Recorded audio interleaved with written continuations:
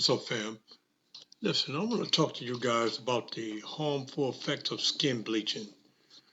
I remember as a young black man growing up, we would say, I'm black and I'm proud. However, the system of white supremacy has beaten us so bad that subconsciously we hate ourselves. Men like Elijah Muhammad, Minister Farrakhan, and Noble Drew Ali, to name a few, have always taught us to love ourselves, love being black. However, as time has moved on, the white supremacy machine and the global racism has brainwashed some of our brothers and sisters in the African diaspora to develop an inferiority complex and believe that dark is unattractive, ugly, and unappealing. We got to stop this. This is a form of self-hate. I noticed that skin bleaching is very common in Nigeria, the Caribbean, and Asia. This is a form of self-hate.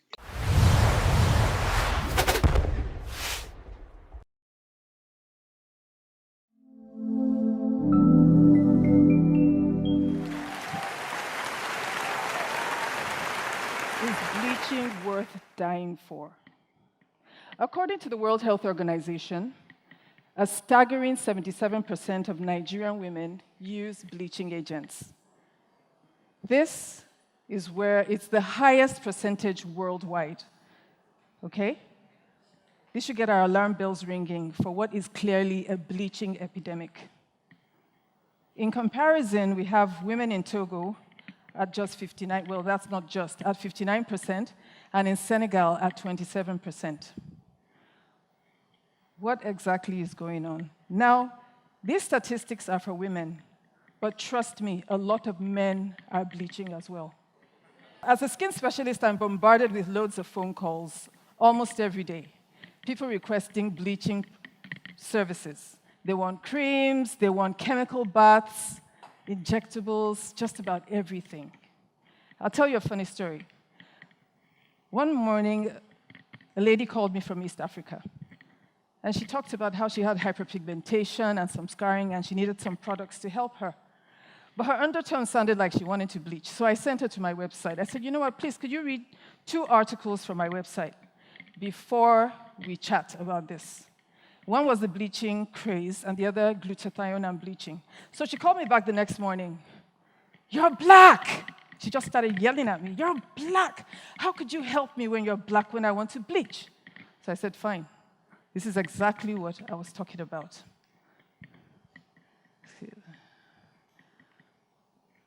I often wonder why people bleach. From my interaction with patients, friends, and some acquaintances, what tops the list is they want to be more attractive. But I ask myself sometimes if I'm part of the problem. Do I prefer to see, say, women of lighter skin advertising products that I buy? Now, the media drives this negativity further, as we see that in most advertisements or advertisements, they use lighter-skinned individuals. In the movie and entertainment industry, the lighter-skinned individuals are chosen over the darker-skinned ones. Is this something you've noticed? Yes. So with this negativity, we have the desperation, where people go to extremes to be able to secure jobs or to get roles in the industry. They go to extremes to start bleaching, even if they're people that are not interested in bleaching. Okay. Now, colorism is also known as shadism, and what it describes is discrimination against darker-skinned individuals in the same racial or ethnic group. So the lighter-skinned people are favored over the darker-skinned ones. And it cuts across the board. It affects men and women. In my opinion, colorism is worse than racism. Your own race, you're being discriminated against. There's no doubt that lighter skin attracts in a predominantly dark society. But people with low esteem tend to buy into this, and as a matter of fact, are now pushed into bleaching for several factors. Some are economic because they're looking for jobs. feeling that if they were lighter, they would get the jobs. Now, this pressure could lead to psychological problems. Now, if you feel demoralized because of your complexion, sometimes in extremes, some people go through depression and even suicidal thoughts. The media tends to perpetuate this and encourage the harmful bleaching. So we have psychological and physical damage as a result. We have cases of addiction, which is mainly a bleaching addiction, mainly in teenagers and young adults. Now, I'll give you an example again. A patient came to my clinic with open sores from burns from a bleaching cream she had started using recently. And she also had stretch marks all over her face and also all over her body in places where stretch marks don't usually occur. So I told her, you know what? To start the healing, you have to stop the bleaching. The first thing she said was, oh my goodness, I cannot stop, because if I stop, I'll get darker, and people will think I'm suffering. That's really funny. And, she's somebody who left the clinic, and I never saw her again. So I wonder what has become of her. Because it's possible she's fallen prey to people who take advantage of people's insecurities and offer them every bleaching agent imaginable. I often wonder if her skin has fallen off by now. So she sought professional help for sure. Now, we find that a lot of teenagers and young adults get into this practice in a copycat fashion. They see people doing it. They too feel that, okay, maybe I'll be successful. And in some countries, they feel that when you're lighter for women, it'll be easier for you to find a husband. So that pushes people further into this. I don't know if it's correct, but it pushes people, and people become really desperate. Now, I feel that the older ones, the adults, who are to encourage people to accept who they are the ones even pushing the bleaching creams onto these people. There's a major challenge we face in this society, and that's the fact that everything can be bought over the counter. We self-medicate. I'm sure you're guilty. Everybody goes to the pharmacy if they have a problem. Oh, I'll just buy malaria pills and this. So that's why even toxic, dangerous, even prescription-strength bleaching creams can be bought over the counter in this country. There's really no regulation or control, and as a result, adults and children are damaged. Now, I'll tell you about a patient. There was a mother who was concerned about her young daughter. She was a young adult. She said the daughter had become reclusive and that she just stayed online buying bleaching products from all over the world. They were shipping them in, from injectables to tablets to harsh creams, and she was terribly damaged. But she couldn't stop the practice. So this is another sign that it is an addiction in a sense. So when she came into my clinic, I was in my consulting room, and the reception is a distance away. But I could smell this radioactive tank type of odor right from the reception before she arrived. And this is because I've seen a lot of patients with this similar odor, because they come for help, and the majority of them run away. They do not want help. So with her, the first thing she said when she saw me, "Doctor, you're not bleached and you look nice." So I told her, you know what? It's not about your color, it's about the health of your skin, and that is what should be your focus. She went on to tell me that, fine, she understands how healthy skin is important, but she can't help herself. So I could see that she was in a situation that was beyond her control, and she just felt helpless and hopeless. What we did, we put her on a series of counseling sessions with a psychiatrist. Then we had medical products for her, as well as supplements to help her stop. And within a year, she had actually stopped the bleaching and had improved remarkably. Another man, a husband dragged his wife to my clinic to beg me to stop her from bleaching because she had bleached herself to almost as white as paper, and he didn't like it. The woman, of course, was looking in the air, like, she didn't care. She really wanted to continue. So I talked to her about the hazards. And after a long conversation, she decided to stop. And the healing occurred in about a year. She's much improved, but not there yet. Are parents sending the wrong messages to their children? If parents are bleaching and discriminating against possibly their darker-skinned children, because this happens in some families where the parents favor the lighter-skinned children over the darker-skinned children. So if they're not good role models, where lies the future for generations to come? Now, for allowing this kind of thoughts to affect children later in life, I feel that parents, teachers, guardians, uncles, aunts, family members should instill, when children are still young and impressionable, a sense of self-pride and believing that all skin tones are beautiful and whatever they're born with is best for them. I have 2 young daughters. One is darker than I am and the other one is lighter. And I've always told them that you should never let anyone tell you you have a problem with your skin tone. There was a funny thing that happened. One morning, my younger daughter ran out of the bathroom hysterically. She was screaming, "Mommy, I'm scared. I used my sister's sponge and I don't want to get light-skinned. I'm so scared." She was hysterical. It took over a minute to calm her down. But at that point, I knew that I had at least instilled that, right? So I was very happy about her reaction. There was a patient who came to my clinic once with her 9-month-old baby. She said I needed to bleach my baby because the baby was light-skinned when she was born, but now she's darker. So I said, look, the child's color comes in within a year. What exactly are you trying to do to your child? She said, nope, that if I'm not going to help her, she's going to the markets and she will buy whatever is recommended for her children. So this is such a deep problem. How has the society degenerated to this point where you will now harm your children? But I like to think that many people go into this practice without knowing what the hazards are. There's a country in West Africa that I think the darkest thing happens in.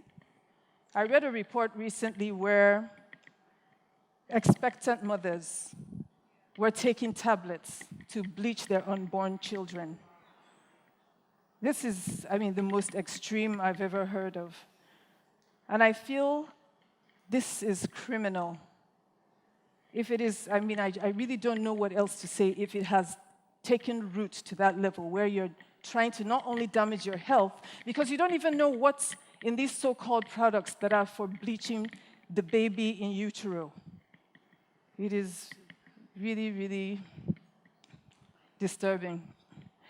Now, this discrimination becomes worse when employers and the media keep up with it.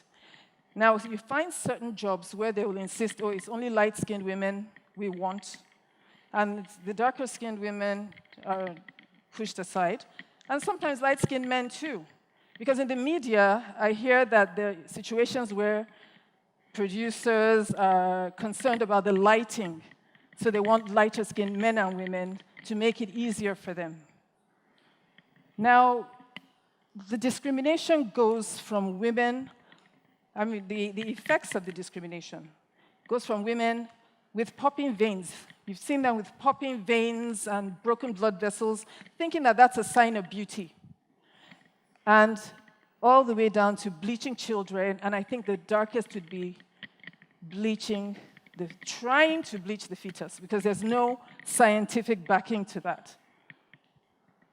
I would like to think people trying this are smart, and that they would actually read labels on what they're taking. How could you, during pregnancy, that is such a delicate period where you're advised not to take even the most basic medication sometimes, and you do this? Well, tablets are not the only things people use to bleach. If you go to supermarkets, there are sections that are, the most attractive, busiest section of many supermarkets is where the plethora of bleaching creams are. You see all sorts of colors, and the labels with current buzzwords, like kojic acid, lemon, glutathione, and you see labels like light up your skin in 2 days or white overnight. These are things that are seen. And you see women, they're clamoring for the products, fighting for products, and actually wheeling out cartloads full of bleaching products. Apart from those which are supposedly prepared in the right manner, we have the mixed creams. Now, with mixed creams, you have unqualified, unprofessional individuals mixing creams in their backyards.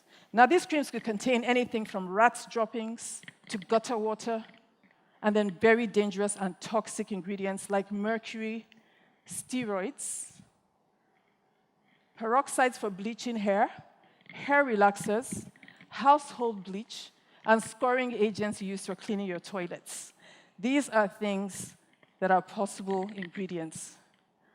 Now, I'll tell you something, too. A patient called me once. She said, she called to ask if tretinoin could be used to treat stretch marks. And I said, that's possible, but it would take a while. Then she hung up. 10 minutes later, she called again. She said, as a matter of fact, I didn't tell you the truth about what happened to me. I bought this glow cream. I live in Europe. I came back to Nigeria on holiday. I became very dark. And somebody told me I can maintain or get my complexion back in no time with these creams. So she confessed that she now had stretch marks all over her body, including her face. So you can see how hazardous many of these products are, because you have unlicensed. And then we also have cases of people using creams and breaking out massively the day after. Boils, not acne, like boils because of the infected material inside the creams. Popular is the chemical bath. With a chemical bath, the individual is steeped in a bath full of toxic bleaching agents so that they will have rapid bleaching. And this is usually very popular before a party or a major event. Then we have the injectables. Injectables have become the trending practice of bleaching at this moment. It is usually glutathione combined with high-dose vitamin C and is given as an intravenous or intramuscular cocktail. Now, glutathione being used for the purpose of bleaching is not a regulated practice. It should only be administered by doctors and nurses because the thing about glutathione, it is a drug. And non-licensed professionals can administer to you, and it could actually lead to your death, because it is actually something that could give you the reactions that would not be pleasant. Vitamin C in itself, in high doses, can lead to kidney stones. So I know a lot of us feel vitamin C is so nice and yummy, and it's something that's safe. But in high doses, vitamin C is by no means safe. Well, it's not all bad. We have chemical reasons to bleach skin. Medical reasons to bleach skin. If we have patients with scarring and burns, we give prescription products which we monitor over time to help get rid of the scarring and the burns. But then there's also a condition called vitiligo, where some choose to go through the depigmentation process, where all the leftover melanin is bleached out completely so that they will have a uniform. It's an optional treatment when a product called Benoquin is used for that. I went to a market once, and a lot of men were scurrying around. One came up to me. He said, "Come, I have something for you. Don't you want to look like Oyibo?" I said, well, Oyibo, for those that don't know, Oyibo means Caucasian in Nigeria. He said he can give me the injections right here. Just sit down, I'll give you an injection, and you'll see the magic and wonders that this will, create for you, and you'll be very attractive.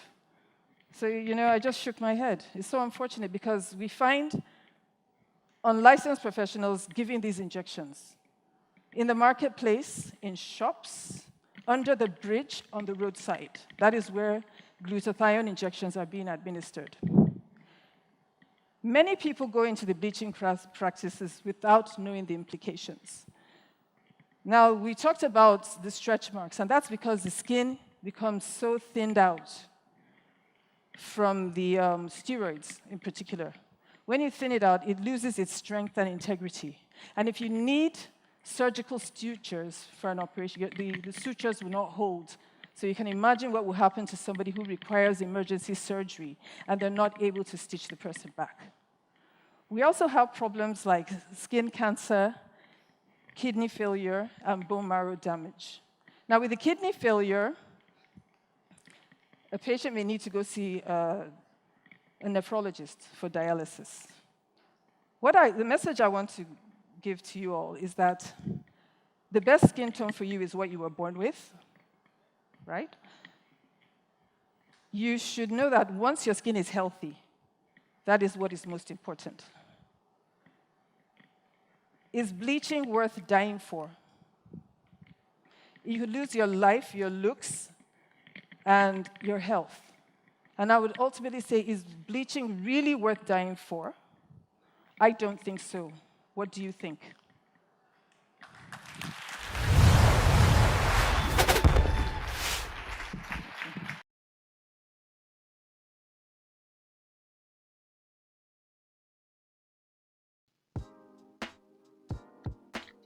Hello, thanks for watching In the Name of Justice.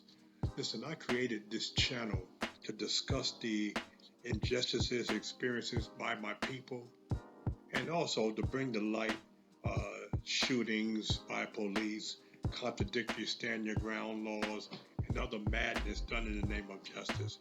If you haven't done so already, please hit the bell notification to be notified of new content as I drop it.